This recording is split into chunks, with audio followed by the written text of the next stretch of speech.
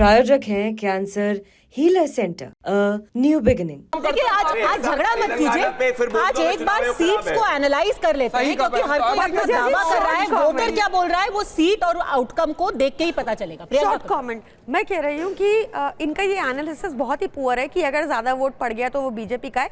In fact मैं दिल्ली की जनता से आपके थ्रू अपील करती हूँ, अच्छा टाइम ही खत्म हो गया अब तो, मैं तो चाहती थी कि और वोट पड़े, बहुत वोट पड़े, क्योंकि ये हमारा right to democracy festival, right to franchise biggest festival of democracy है।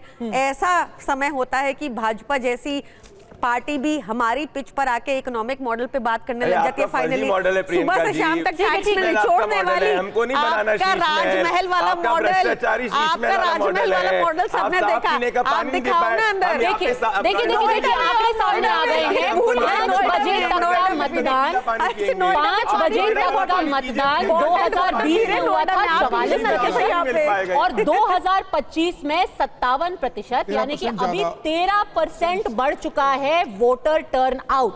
अब जहां तक कि मुस्लिम सीटों की बात सैयद जवाद कर रहे थे, देख लेते हैं कि वहां पर टर्नआउट किस तरीके का है।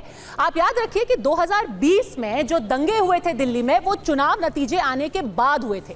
तो क्या उन दंगों का असर इस चुनाव में देखा जाएगा? 5 सीटें जो हमने उठाई हैं, जो मुस्लिम बाहुल सीटें हैं, देखिए उसमें कितना वोटर परसेंटेज अभी तक हुआ है। ओखला में 52% से ज्यादा वोट पड़ चुके हैं, बल्ली मारान में करीब 60% वोटिंग हुई है, मुस्तफाबाद में 66%, चांदनी चौक में 52% और सीलमपुर में भी 66% वोट पड़ चुके हैं।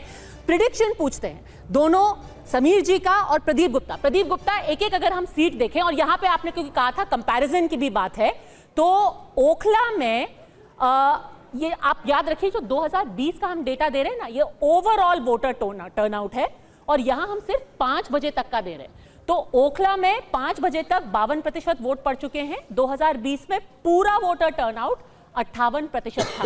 मेरे को लगता है कि जो फाइनल रिजल्ट्स आएंगे करीब उतना ये गैप कवर हो जाएगा।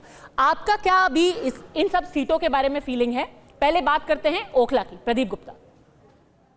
ये आपने ये जो आंकड़ा दिखाया उसको हमने हमेशा आवरली बेसिस पे ब्रेक डाउन किया हुआ है। तो जनरली 6 से 6.5% एवरेज आवरली वोटिंग होती है। यदि वोटिंग सुबह 7 बजे से शुरू हुई और शाम को 6 बजे तक होती है, यदि 6% मान लें तो 66% के आसपास होता है। ये एक हर प्रदेश का एक अपना एक ट्रेंड होता है, अपना एक मिजाज होता है। यहाँ पर जैसे अभी आप दिखा रहे हैं, तो यदि ये 5 बजे के आंकड़े, तो ये और मान लेते हैं कि 6% के आसपास और वोटिंग हो जाएगी। इसका मतलब जो पिछले बार 58 था, वो इस बार भी 58 ओखला की बात करें तो 1%, 0.77% थोड़ा ज्यादा जाता हुआ दिख रहा है। तो उसमें मुझे नहीं लगता कि कोई बहुत बड़ा फर्क पड़ जाएगा। लेकिन बस मैं आपको एक ही जो फैक्ट और फिगर अपने सामने है, आम आदमी पार्टी के लिहाज से जस्ट मैं बता दूं, जो मैं बोल रहा था कि देखिए 15 के चुनाव में 67% वोटिंग हुई थी, आम आदमी पार्टी को 67 सीटें मिली और बीजेपी को केवल 3 सीटें।